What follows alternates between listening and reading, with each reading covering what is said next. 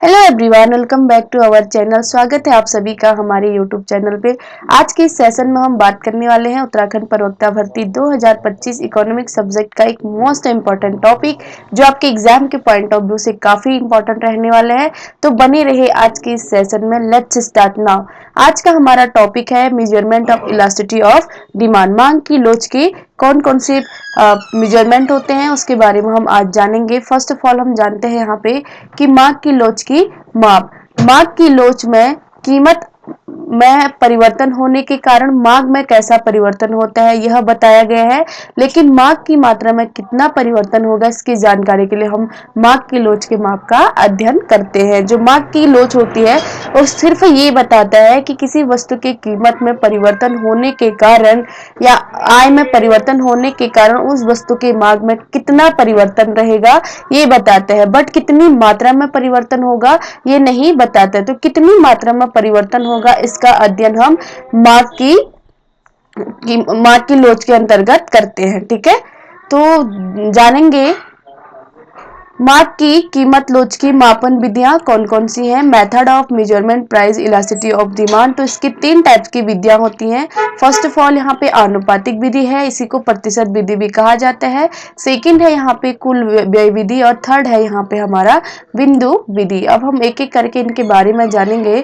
तो जो आनुपातिक विधि होती है इस विधि को प्रतिशत विधि भी कहा जाता है। आनुपातिक विधि को प्रतिशत विधि भी कहा जाता है, तो हम इसके बारे में जानेंगे। इस विधि में वस्तु के मांग के आनुपातिक परिवर्तन को उसकी कीमत के आनुपातिक परिवर्तन से विभाजित किया जाता है। आनुपातिक परिवर्तनों को 100 से गुणा करके उसका प्रतिशत निकाला जाता है, लेकिन अंश यानी कि अंश और हर दोनों से गुणा होने के कारण स्थिति आनुपातिक ही रह जाती है, इसीलिए इसको आनुपातिक विधि कहा जाता है। इसका प्रयोग सर्वप्रथम प्रोफेसर फ्लक्स ने किया था। अगर आपसे पूछा जाता है कि आनुपातिक विधि का प्रतिपादन सर्वप्रथम किसने किया था, तो ये किया था फ्लक्स ने। तो जो आनुपातिक विधि है, आनुपातिक विधि के अंतर्गत हम क्या करते हैं, इसी को हम प्रतिशत विधि भी बोलते हैं। इस विधि में वस्तु के मांग के आनुपातिक परिवर्तन को उसकी कीमत के आनुपातिक से विभाजित किया जाता है और आनुपातिक परिवर्तनों को 100 से गुणा करके उसका प्रतिशत निकाला जाता है। ठीक है, अब नेक्स्ट देखते हैं कि इस विधि के अंतर्गत मांग की कीमत लोच को ज्ञात करने का जो फॉर्मूला होगा वो रहेगा आपका AP इक्वल्स टू मांग में आनुपातिक परिवर्तन अपॉन कीमत में आनुपातिक परिवर्तन। तो जो मांग की कीमत लोच का है इसके अंतर्गत निम्न 3 श्रेणियों का यहाँ पे अध्ययन किया जाता है। इकाई से अधिक लोच का, इकाई से कम लोच का एंड देन इकाई से बराबर लोच का। तो यहाँ पे हम जैसे इकाई से कम लोच, यदि मूल्य में प्रतिशत परिवर्तन की अपेक्षा मांग में होने वाला प्रतिशत परिवर्तन मांग की लोच इकाई से कम होती है, जैसे यदि किसी वस्तु के मूल्य में 20% का परिवर्तन होता है परंतु मांग 10% परिवर्तित होती है, तो मांग की लोच इकाई से कम होगी। ठीक है, उसके बाद इकाई से अधिक देखते हैं। यहाँ पे मूल वस्तु के मूल्य में परिवर्तन के अनुपात से जब वस्तु की मांग अधिक परिवर्तित होती है तो उसे इकाई से अधिक मांग की लोच कहा जाता है। जैसे फॉर एग्जाम्पल, यदि किसी वस्तु के मूल्य में 10% का वृद्धि होता है और उसकी मांग में 20% का परिवर्तन आता है तो वह दशा इकाई से अधिक लोच की कहलाएगी। ठीक, नेक्स्ट देखते हैं यहाँ पे इकाई के बराबर लोच जो श्रेणी है उसके अंतर्गत आता है जब किसी वस्तु के मूल्य में होने वाला प्रतिशत परिवर्तन ठीक मांग में होने वाले प्रतिशत परिवर्तन के बराबर होता है तो उसे इकाई के बराबर मांग की लोच कहा जाएगा। जैसे फॉर एग्जाम्पल, किसी वस्तु के मूल्य में 20% का परिवर्तन होता है और मांग में भी ठीक 20% का परिवर्तन होता है तो मांग की लोच इकाई के बराबर होगी। इट मीन्स की E इज इक्वल टू 1 इकाई के बराबर, E greater is equal to greater than 1 इकाई से अधिक and then E less than, और E is equal to greater than 1 ये रहेगा इकाई से अधिक, इकाई से कम और इकाई के बराबर माप। तो माप की जो आनुपातिक माप की लोच की जो कीमत लोच की जो आनुपातिक विधि है जिसे प्रतिशत मेथड भी बोला जाता है, इसके अंतर्गत मार्क की कीमत लोच की 3 इकाइयों का अध्ययन किया जाता है। इकाई से अधिक लोच, इकाई से कम लोच और इकाई के बराबर लोच। अब हम नेक्स्ट देखते हैं। यहाँ पे नेक्स्ट मेथड है कुल व्यय विधि, टोटल एक्सपेंडिचर मेथड। इस विधि का प्रयोग सर्वप्रथम मार्शल ने किया था।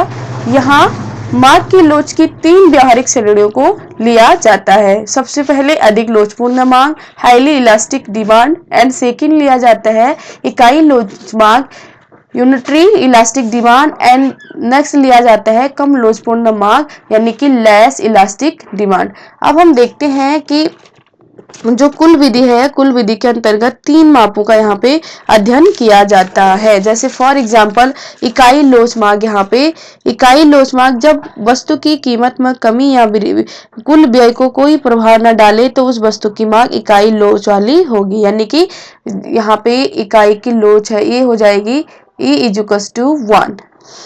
ठीक, कैसे? जैसे फॉर एग्जाम्पल किसी वस्तु की कीमत में परिवर्तन होने पर उसकी मांग में कोई भी इफेक्ट नहीं पड़ रहा है तो वह कहलाएगी इकाई लोच मांग। एंड यहाँ पे कुल व्यय विधि के अंतर्गत फर्स्ट जो श्रेणी दी थी अधिक व्यवहारिक विधि, इसको हम देखते हैं। इस विधि का जो प्रयोग था वो मार्शल ने किया था।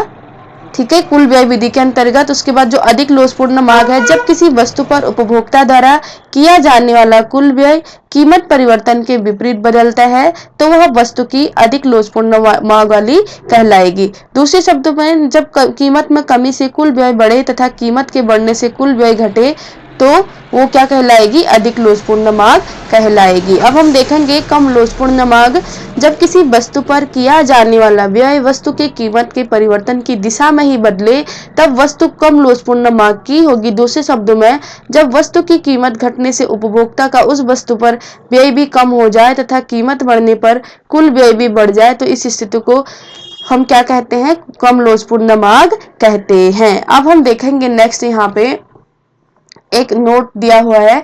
कुल व्यय विधि का मुख्य दोष यह है कि इससे मांग की लोच की श्रेणियों का तो पता चला लेकिन इससे निश्चित मात्रा का पता नहीं चला। तो इस कमी को पूरा करने हेतु लोबाफस्की, ठीक है, लोबाफस्की ने एक सूत्र दिया था जो है EP = 1 - E1 - 0 upon D0 P1 - P0, जहां पे E1 वस्तु का नया कुल व्यय है, E0 प्रारंभिक कुल व्यय है, उसके बाद जहां D0 यहाँ पे प्रारंभिक मांग थी, P1 यहाँ पे परिवर्तित कीमत है और P0 यहाँ पे प्रारंभिक कीमत है। अब हम नेक्स्ट देखेंगे कि जो बिंदु विधि होती है, पॉइंट मेथड, ये क्या होती है? तो इस विधि का अर्थ यह है कि यदि कोई मांग रेखा रेक्टेंगल हाइपरबोला आकार की नहीं है तो उसके हर बिंदु पर मांग की लोच की मात्रा अलग अलग होगी।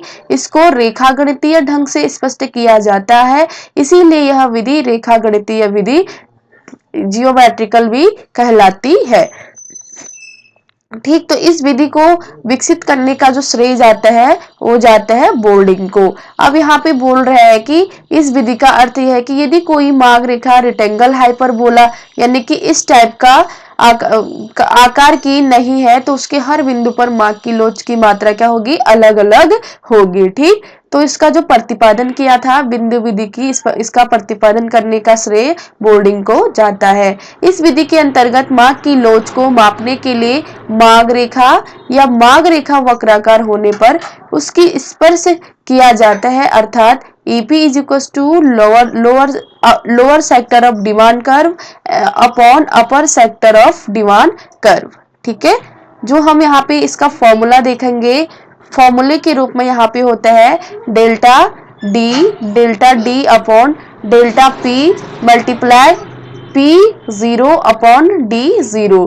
यहाँ पे नोट है, बिंदु विधि में सूत्र निकालने के पश्चात किसी मांग रेखा पर जो वास्तविक मांग की लोच होती है उसको ज्ञात किया जा सकता है। ऐसा उन दोनों परिस्थितियों में अलग अलग बताया जाएगा जबकि मांग रेखा वक्र एक सीधी रेखा हो और मांग रेखा वक्र क्या हो? वक्राकार हो। तो इसी कंडीशन में हम क्या कर सकते हैं?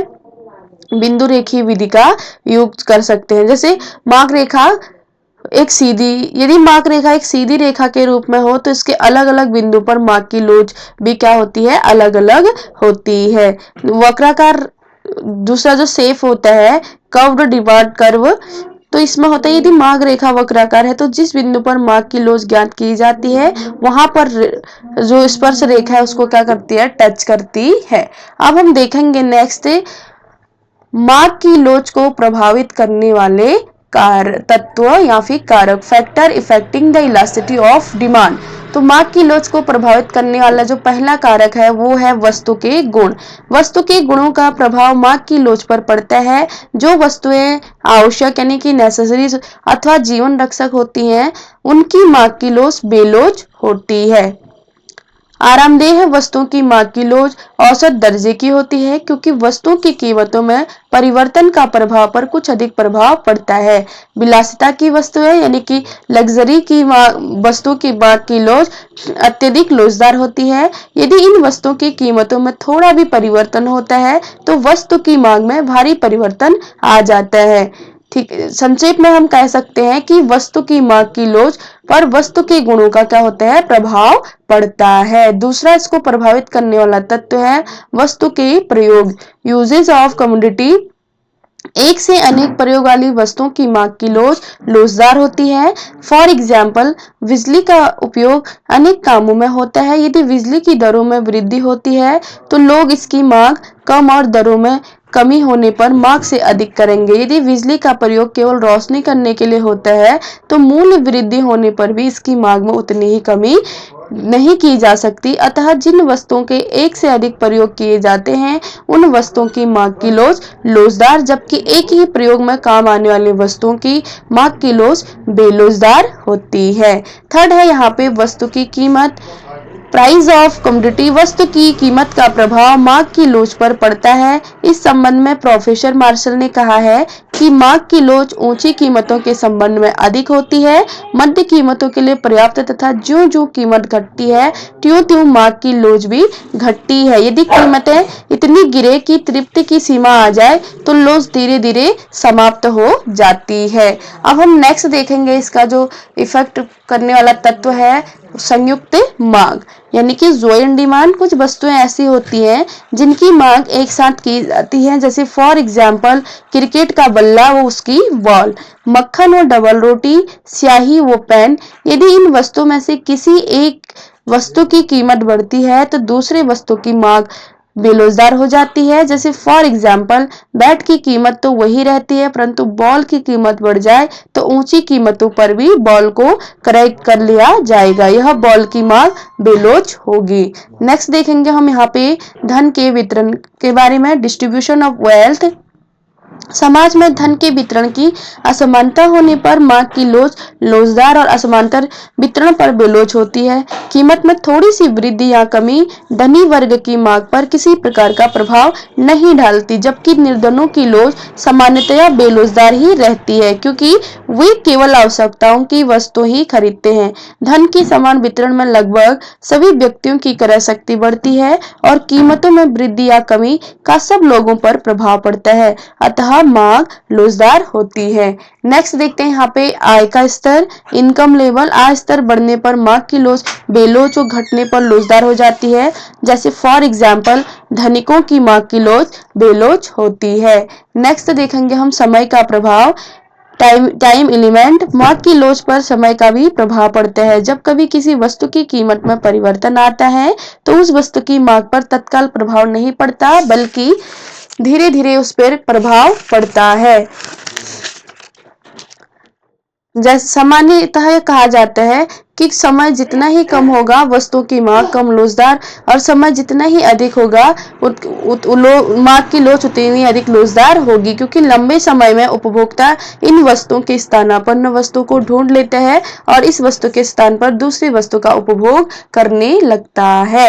नेक्स्ट इसको जो प्रभावित करने वाले तत्व हैं वो है व्यक्ति का स्वभाव का प्रभाव, कंज्यूमर बिहेवियर। व्यक्ति के स्वभाव का प्रभाव भी मांग की लोच पर पड़ता है क्योंकि व्यक्ति जिन वस्तुओं के उपभोग का आदी हो जाता है उसके लिए उन वस्तुओं की मांग की लोच बेलोच होती है। जिन वस्तुओं का उपभोग वो यदा कदा शौक के रूप में करता है तो उन वस्तुओं की माग की लोचदार होती है। नेक्स्ट यहाँ पे हम बात करेंगे वस्तु के भावी उपभोग की संभावना, possibility of postman of consumers जो यहाँ पे वस्तुओं के भावी उपभोग की संभावना रहती है, जिन वस्तुओं का उपयोग भविष्य के लिए टाला जा सकता है उन वस्तुओं की मांग की लोचदार होती है, क्योंकि ये वस्तुएं उतनी आवश्यक नहीं होती, परंतु जिन वस्तुओं के उपभोग को भविष्य के लिए टाला जा सकता है उन वस्तुओं की मांग की बेलोच होती है। ठीक, तो यहाँ पे मार्क की लोच के कुछ इंपॉर्टेंस देख लेते हैं। मार्क की लोच का जो इंपॉर्टेंस है, ये मूल्य निर्धारण में इसकी इंपॉर्टेंस होती है, एकाधिकारी के लिए इंपॉर्टेंस है और कीमत विभेद में इसका इंपॉर्टेंस है। नाउ नेक्स्ट देखते हैं, यहाँ पे अंतरराष्ट्रीय व्यापार के लिए भी काफी इंपॉर्टेंट है। और मार्क की लोच का जो महत्व है वितरण के क्षेत्र में भी आता है, भाड़े की दर पर निश्चित करने में महत्व, वित्त मंत्री के लिए इसका महत्व होता है, जैसे करारोपण के समय और करारोपण का भार के समय वित्त मंत्री के लिए भी ये इंपॉर्टेंट साबित होता है। तो ये था आज का हमारा टॉपिक। आई होप कि आपको ये टॉपिक समझ में आया होगा। यदि आपको मेरा टॉपिक पढ़ाना अच्छा लगता है तो मेरी वीडियो को लाइक करिए, चैनल को सब्सक्राइब करें और अपने दोस्तों के साथ शेयर करिए। अगर आपको इस सेशन से लेकर कोई डाउट होता है तो कमेंट सेक्शन में कमेंट करके मुझे जरूर बताइए। तो आई होप कि आपको ये क्लास पसंद आई होगी।